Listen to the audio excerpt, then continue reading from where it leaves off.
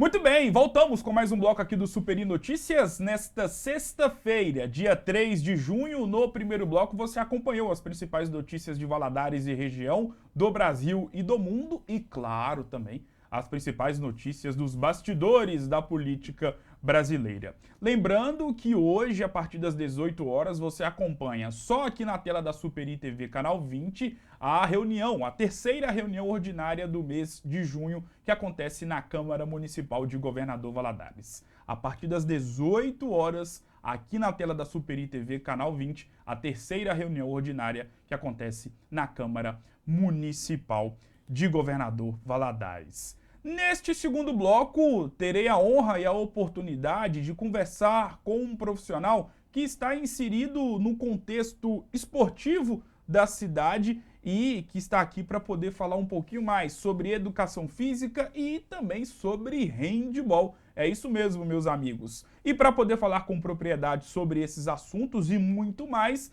está aqui ao meu lado o professor e, na verdade, profissional de educação física, Jean Brito, que está aqui no Superi Notícias desta sexta-feira. Jean, é uma honra do tamanho do mundo te receber aqui, seja muito bem-vindo, boa tarde, a casa é sua. Eu agradeço o convite, né, essa oportunidade de estar falando um pouco mais da área da educação física, né, dos profissionais que atuam no meio escolar com esporte. E é bom, né, para as pessoas conhecerem um pouquinho, entender um pouco mais sobre nosso trabalho, sobre o que é feito com as crianças, né, a nível de esporte, também de educação física, escolar, principalmente agora, pós-pandemia, né. E, Jean, para a gente poder começar nosso bate-papo, justamente para poder abordar o gancho na parte final da sua primeira explanação, sobre a importância do profissional de educação física nas escolas, porque hoje em dia as pessoas estão acostumadas a ver o profissional de educação física nas academias, nos boxes de CrossFit, mas, ao mesmo tempo, nós sabemos a importância que tem um profissional, um professor de educação física dentro das escolas, seja no âmbito privado ou na rede pública. E eu queria saber de você qual que é a importância do profissional de educação física dentro das escolas, ministrando as aulas e, principalmente, né, após esse período aí gigantesco que vocês ficaram sem ter aula presencial. De fato, o profissional de educação física nas escolas tem ganhado uma importância, uma visibilidade maior por parte da sociedade, por parte dos pais e dos alunos?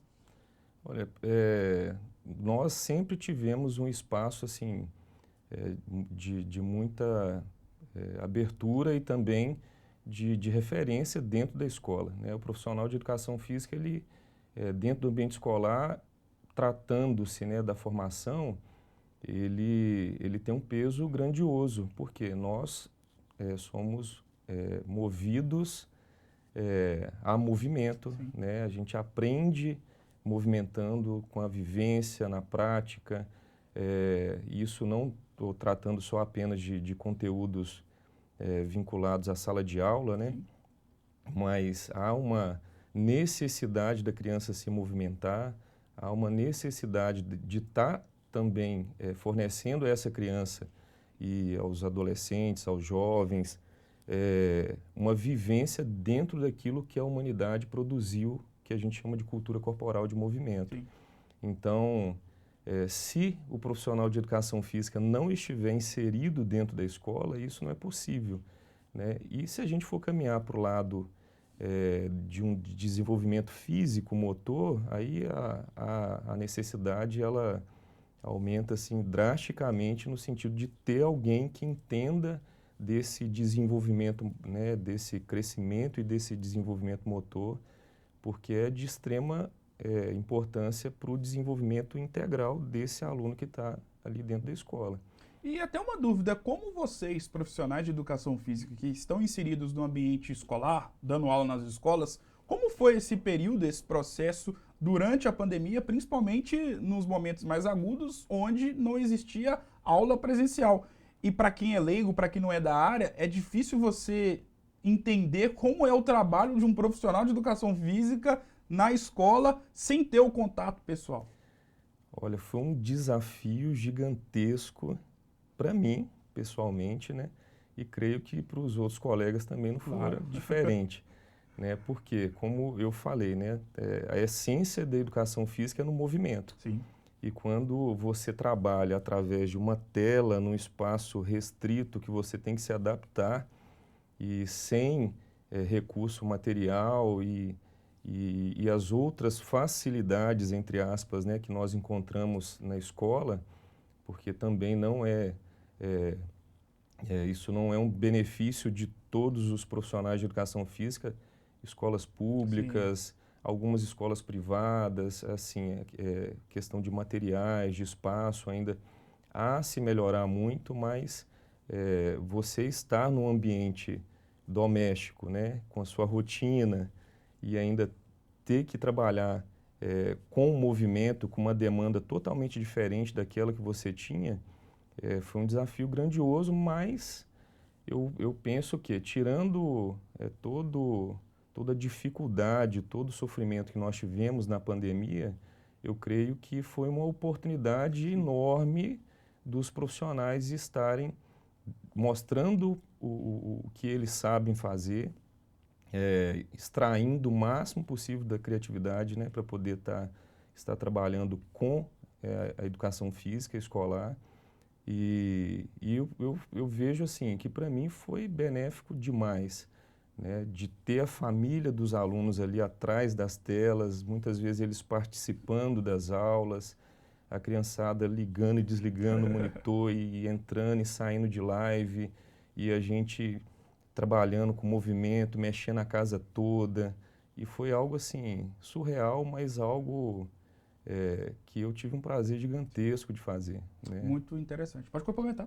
Não, Era só isso mesmo. Interessante o seu relato, né? Porque, como eu disse, né? Para quem é leigo, para quem não é da área, todos nós ficamos ali pensando, pô, como um profissional de educação física vai conseguir dar aula num ambiente ali virtual, sendo que quando você pensa em educação física, você pensa logo em movimento, como você mesmo disse. Mas que interessante o seu relato, né? De como vocês, profissionais de educação física, tiveram que se reinventar. Pode complementar. Aí uma coisa, pensa, quando você está no seu ambiente de casa, tratando-se de crianças menores ou até o Fundamental 1,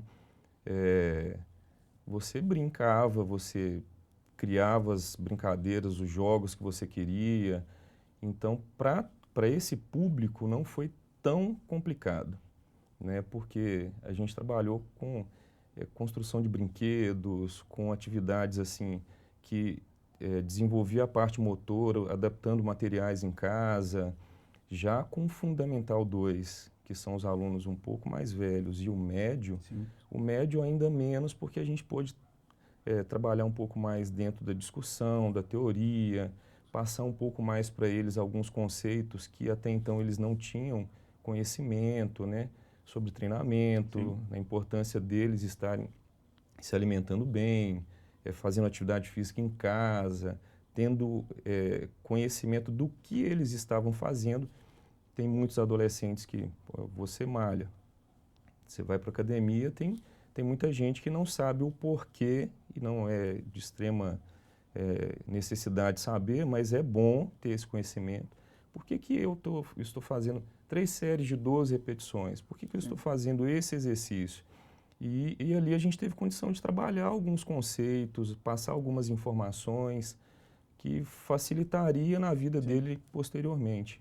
E foi bom, foi bom. Muito interessante saber disso. Para poder entrar num assunto que você domina e talvez seja uma das pessoas que mais dominam, né, a questão do handebol aqui em Governador Valadares, queria saber de você o cenário do handebol.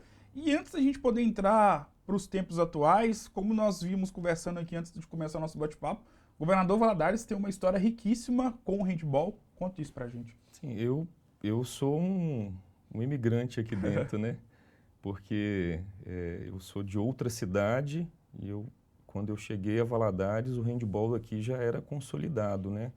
Com vários nomes aí no cenário, né, handebolístico aqui do estado e nomes de referência, né? Que jogavam em outras cidades, representaram a cidade e o estado em competições nacionais. Tivemos atletas aqui de Valadares que jogaram na época que o Atlético Mineiro tinha um time de handebol uns tempos atrás, e 2 atletas daqui foram jogar nessa equipe, né? O projeto eu acho que não foi para frente, mas de se lembrar, né, desses 2 daqui da nossa cidade, né, representando a nossa cidade em um clube assim de referência, fora, né, alguns outros mais antigos aí que tiveram convocações em seleções estaduais, né, e até nacionais, era assim, masculino e feminino, referência no estado todo, né? As competições que haviam aqui no estado, como Jogos do Interior de Minas, Campeonato Mineiro, com total certeza Valadares estaria entre as 4 finalistas ali para poder ver qual era a melhor equipe na época, né? E aí cai o Jean de paraquedas aí nesse meio para poder aprender, né, desses mestres aí do handebol que haviam aqui na cidade, né? E sobre o handebol nas escolas, por quê? Eu sou de uma época, e você sabe muito bem disso, até porque, vou confidenciar, galera, o Jean foi meu professor de educação física durante os tempos áureos de estudo lá no Colégio Imaculada, e eu sou de uma época, e você pode confirmar que eu estou falando a verdade, que a gente pensava, educação física, meninos vão jogar futebol e as meninas vão jogar queimada, vão jogar voleibol. Só que no meio desses 2 esportes tem também o handebol, onde existem muitas pessoas. Na época já existia, mas imagino que hoje esse espaço ganhou um pouco mais de abrangência de muitas pessoas optarem pelo handebol, por gostarem da prática do esporte. Como é que é essa questão do handebol dentro das aulas de educação física, as competições, enfim, conta pra gente como é que é a questão do handebol nas aulas de educação física, não só no ambiente onde você dá aula, mas também em outras escolas, porque eu imagino que você também tem contato com outros profissionais aqui de Governador Valadares, da área da educação física, e que também dão aula de futebol, voleibol, handebol. Sim. A gente pensar no handebol, a gente pensa no handebol como esporte coletivo. Sim. Todos os anos a gente tem uma formatação, ou durante um período a gente tem uma formatação na qual as disciplinas, né, que são trabalhadas dentro da escola, ela tem que ser norteada por algum documento. Sim. E para nós direcionamos o nosso trabalho em cima daquilo que o governo ele passa para nós, que coloca o esporte inserido no meio, mas ele não pode ser o principal elemento, ele não pode ser aquele principal conteúdo a ser trabalhado durante o ano todo, apesar de que muitos professores eles são esportivistas, né? Eles gostam de esporte e trabalham com muito esporte, né? E o handebol ele está nesse meio como conteúdo dentro da educação física. Antes, né, havia aquela preferência, né? Tipo, o professor de educação física sempre jogou futebol, ou jogou voleibol. Anteriormente ele dava preferência para o esporte que ele tinha mais vivência. Hoje em dia a gente não tem condição de fazer isso e nem pode, né? Porque, como eu falei, a gente tem que democratizar os conteúdos e a gente tem que dar a oportunidade do aluno se desenvolver nas mais diversas manifestações aí, né, de movimento. Mas ele está inserido de uma forma ali dentro e é trabalhado, mas para fomento, para poder estimular a criança ou adolescente a procurar uma escolinha, um espaço onde há um treinamento mais aprofundado. Na nossa cidade, a gente não conta com tantos espaços assim, né? O Imaculado ele foi sempre uma referência dentro do handebol, assim como o Colégio Bituruna, como a Praça de Esportes. Tivemos profissionais atuando que sustentaram a modalidade aqui dentro da cidade. Mas o handebol ele está inserido quase que 100% dentro do ambiente escolar, né? Tanto que eu acho que ele não é o esporte mais praticado nas escolas, mas é um dos mais praticados justamente por ter aquela facilidade, ter uma similaridade com o futebol. Acaba que a gente consegue inserir, né, essa modalidade com bastante facilidade. Para a gente poder encerrar nosso bate-papo, professor Jean, seleção brasileira de handebol, como é que está a expectativa? Se é que já dá para pensar em algo já para 2024, onde teremos mais uma edição de Olimpíadas? Como é que está a seleção brasileira masculina de futebol, feminina? Fique à vontade. A seleção de handebol. Isso, de handebol, perdão. Rapaz, nós estamos passando por um processo de renovação de trabalho. Sim. O Brasil ele teve, durante um bom tempo, estrangeiros à frente das seleções como técnicos. Nós tivemos espanhóis na seleção brasileira e tivemos a grata satisfação de ter um dinamarquês na seleção feminina, que foi, de certa forma, aquele que trouxe o título mundial para nós em 2013, né? Posterior a isso, tiveram mudanças, né, na confederação, os técnicos saíram, tentaram inserir outros técnicos e hoje nós contamos com 2 técnicos que são brasileiros, né, mas são nomes de referência e que têm buscado capacitação fora do país. E nossos atletas, 80% dos atletas jogam em clubes europeus, né? Então acaba facilitando um pouco mais da gente manter um padrão alto nas 2 seleções. Mas se a gente for comparar em outras épocas, a seleção feminina ela teve uma queda e a seleção masculina ela está tendo uma ascensão por conta dos atletas que têm saído para jogar em clubes de referência na Europa, né? O Thiago Petros, que joga no Barcelona, o Raniel joga no Barcelona e outros aí que estão peregrinando lá naqueles clubes de ponta, né, na Europa.